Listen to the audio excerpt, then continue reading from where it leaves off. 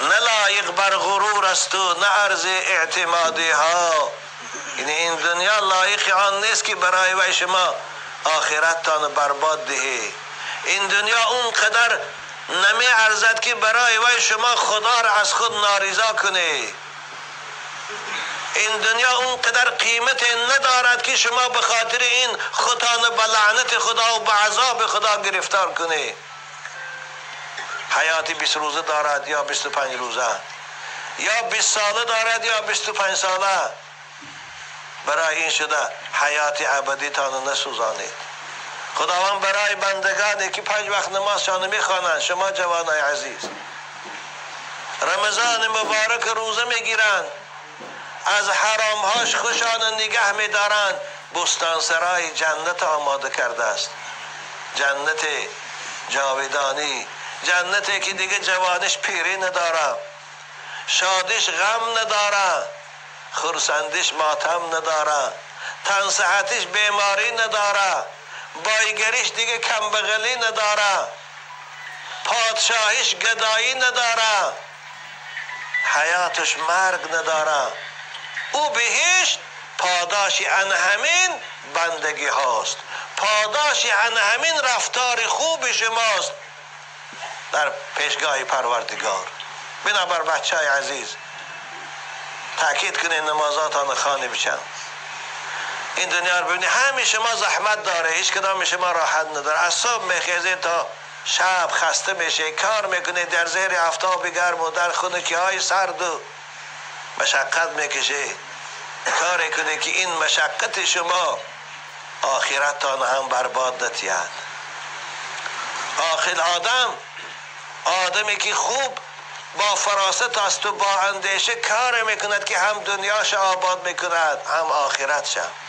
دنیاش آباد میکند با کسب حلال، با کار کردن، با ثروت و بایگری جمع کردن، با خانه خوشرو، با ماشین خوشرو سوار شدن، با لباس خوشرو. این شریعت من نمیکنه، رخصت است.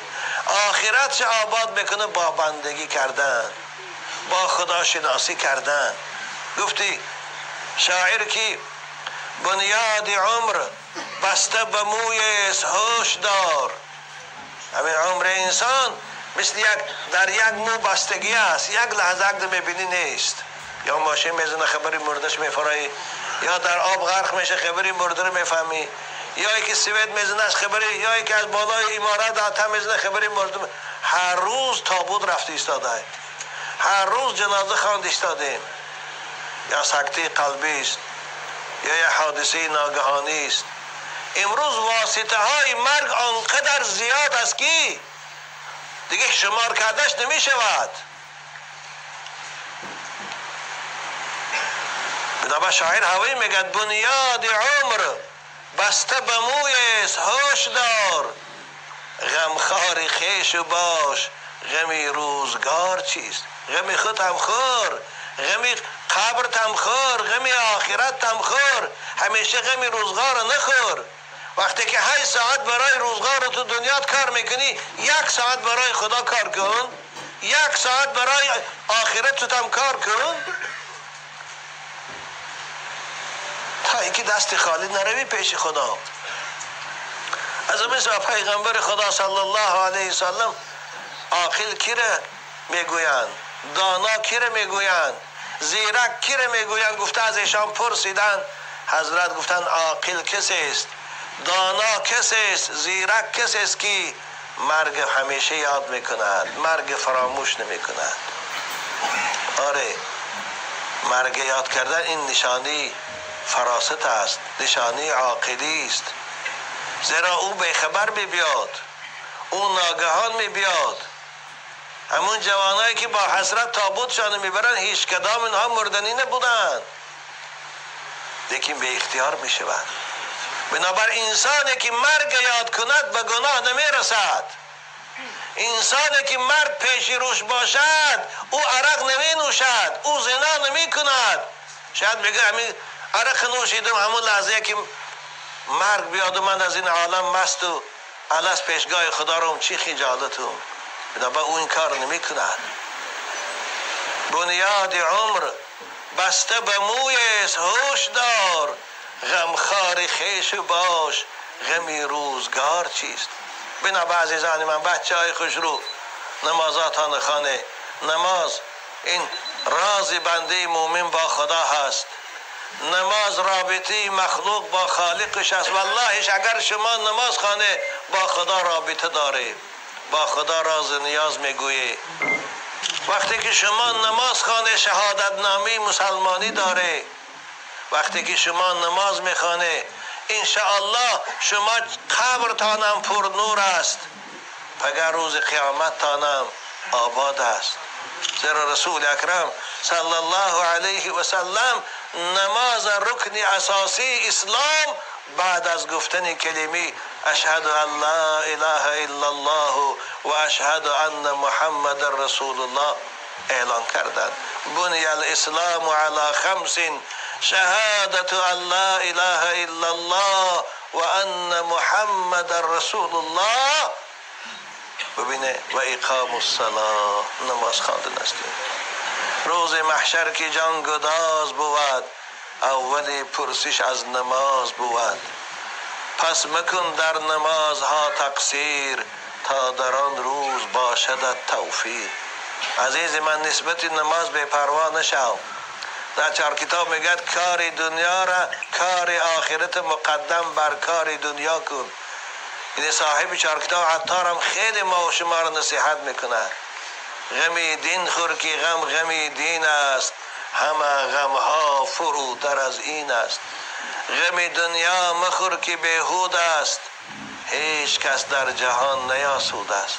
ببینه انشاءالله که اگر شما نمازاتان خانه، بازم میگم مکافات نماز بستان سرای جنت است. بچه های زیبا، شاید شما خودتان تسلیتی که حالا ما جوان هستیم، حالا ما بچه هستیم، حالا عمری در پیش داریم، پیر که شدیم رنگی باویشان باری بند نمازخوان بشیم، پیر که شدیم بعض این کارها توبه میکنیم، پیر که شدیم به مسجد میبیاییم. الان جوانی غنیمت است، معیشت کنیم، راحت کنیم. بعضی ها با همین خیالهای فاسد خوشان فریب میدهند. شیطان اونها را یاردم میکند، شهوت اونها را یاردم میکند، از خدا بنابر غافل میشوند. یکی میبینی مرگ آمد و بردشان دست خالی و خجالت رفتن. این راه دور و دراز قیامت دست خالی رفتن خیلی هم شرمندگی است. برای یک سفر از یک رایان به رایان دیگر رایان حتما آماده سفر میشیم، حتما بلیط میگیریم، حتما لباس یک قبط دو قبط برای پوشیدن میگیریم. مگر سفر آخرت به توشه میشد رفت. عزیزان من، توشه آخرت اونجا پول بکار نمی رود. توشه آخرت ایمان به خدا است، 5 وقت نماز خواندن است، رمضان مبارک روزش گرفتن است، از حرام های خدا خودتان باز داشتن است. به حضرت مولوی جنون ما و شما را نصیحت میکنه، برای همون جوانایی که فردا و پس فردا توبه میکنه، میگه حضرت ایشان نصیحت کرده، چی میگوید؟ مگو ای تشنه فردا آب نوشم. ای عزیز من، ای بچه خوب، نگو پگه پیر شوم بند نماز خوانده شو. مگو ای تشنه فردا آب نوشم، به پیری در رهی طاعت بکوشم. پیر شدم بند نماز خوان. ببین در بین شما ایگاه پیر من نبینم. مگو ای تشنه فردا آب نوشم، به پیری در رهی طاعت بکوشم. به بوی پیری چندین نوجوانی، برفتم به طاعت از این دار فانی. خیلی جوان ها زمین سجده نکرده رفتن. خیال میکنه که مرگ اونها آسان است، خیال میکنه که اونها مردن و به همین خلاص شدن. نه، چی خجالتی هستن اونها در پیشگاه خدا. وقتی که خدا او رو حاضر میکنه که جوان 20 ساله خی کنی، من تو از 12 سالگی این جانب تکلیفی بندگی کردم، این 8 سال عمر تو در کجا صرف کردی؟ او چی جواب میتید؟ در پیش یک مفتش و یک چیز جواب داده نمیتانی، در پیش خالق آسمان و زمین چی جواب میتیم؟ بچه های خوش رو. یا الله، به بوی پیر چندین نوجوانی برفتم.